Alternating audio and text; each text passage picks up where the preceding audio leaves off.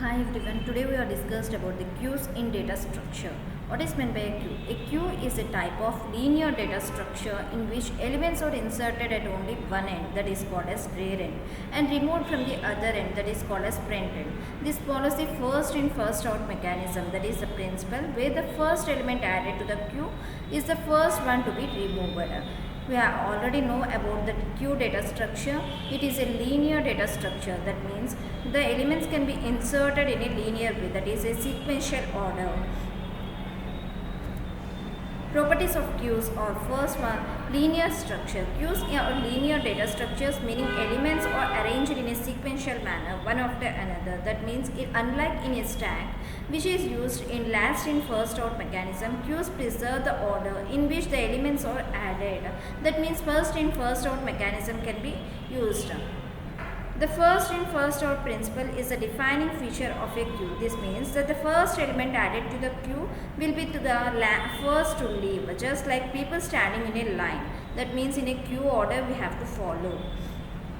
Front and rear pointers. Front pointer indicates the first position of the first element in the queue, and rear pointer indicates the position where the next element will be added. These pointers are essential for performing insertion and deletion operations efficiently in a queue. That means first we have to insert an element, means that can be occurred at the front pointer only. If you have to delete an element, means that can be occurred only at the front position. If you want to insert an element, that can be occurred at only rear position only. Fixed or dynamic size. In a static implementation, that means if you are using the arrays, the size of the queue is must and should fixed.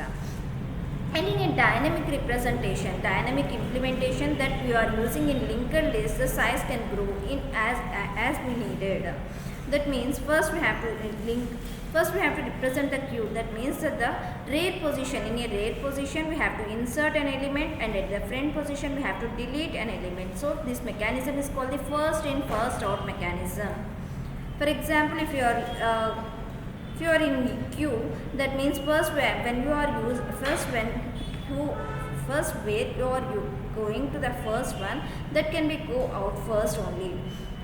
Functions of a queue, that are NQ, DQ operations can be performed. First NQ operation adds an element to the rear of the queue, because if you are adding an element, means that can be must and should add at only rear position only.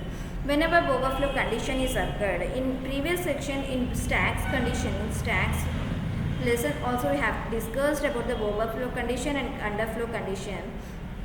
In a queue also, we have to implement it using an array, and the rear has reached the maximum size. That means if you are taking the size as 5, if you are inserting a sixth element, say sixth position, then queue overflow can be occurred. So we have discussed as in previous video, if your queue is implemented using an array and the rear has reached the maximum size, enqueuing will result in a queue overflow.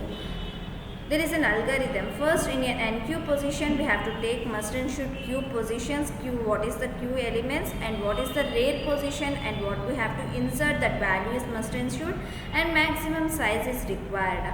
So we have to take 4 elements, that is queue, rear position, value, and maximum size. If rear equals to maximum size minus 1, that means first we have to insert at rear position only. Elements can be inserted at rear position only. So first we have to check it with the maximum size. If maximum size is occurred, then queue is overflow. Else we have to insert an element at the rear position.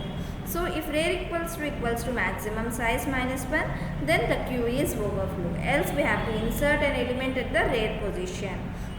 Then the rear can be updated, and the first value is that value only. Enqueued the position value, and the rear position can be plus 1.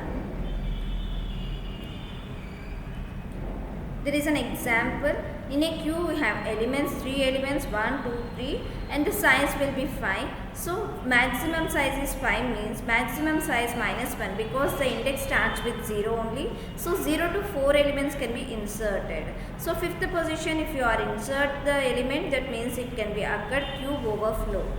So we have to insert an element at the third position, because there is an element at 0 to 2 element 0 to 2 index only. If you have to insert another element, that means at the rare position, so next position, that means the index value at 3, that can be occurred and the element can be inserted in that position.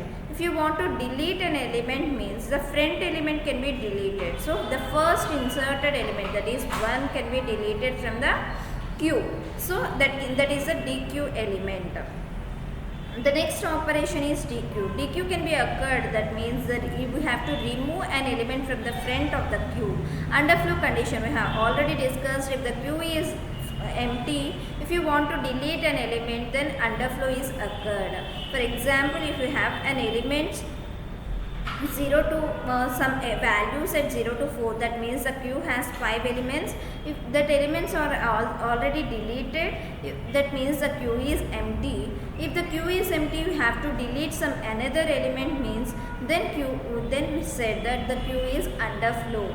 Otherwise, the first element in the front side, that can be deleted and the front can be updated to the next position. In the given example 3 minus 7 9 6 1, there are 5 elements. If you want to delete an element, then 3 can be deleted at the front side and the front can be added to the next value, that can be updated. Algorithm, if there is an in queue, we have to delete an element, means we must and should declare the queue front and rear. So we have to declare the first queue values, front value and rear value. If front is greater than rear, that means front value is greater than rear, front value is first one and rear value is the last one, where you have to insertion can be possible at rear and deletion can be possible at front. If you are underflow, if you are exchanged it, then queue is underflow, that means rear position is full, then the queue is underflow. If the front position is 0, that means there is no elements in the queue, then we have to tell the queue is underflow. Else the front side, whatever the element is there, that can be deleted and the front can be updated to +1. Next one, we have to discuss about the peak function. In stacks also we are discussed about it. What is the peak function? It just returns the top of the element. It returns the element at the front of the queue without removing it. In stacks we discussed about the what is top element, that can be just returned it. In queues, what is the element that can be occurred in front side, not at the rear side, in just first at the front side. What is the what value is there in front side, that value is just returned it without removing it. Next we have discussed about the empty queue condition. Whenever the queue is empty, then we have to check the elements that the queue is empty or full. So first we discussed about the peak function. Peak function that returns the front value. So first we have to take the queue and next front value and rear value. If front is greater than rear, that is, then the queue is empty.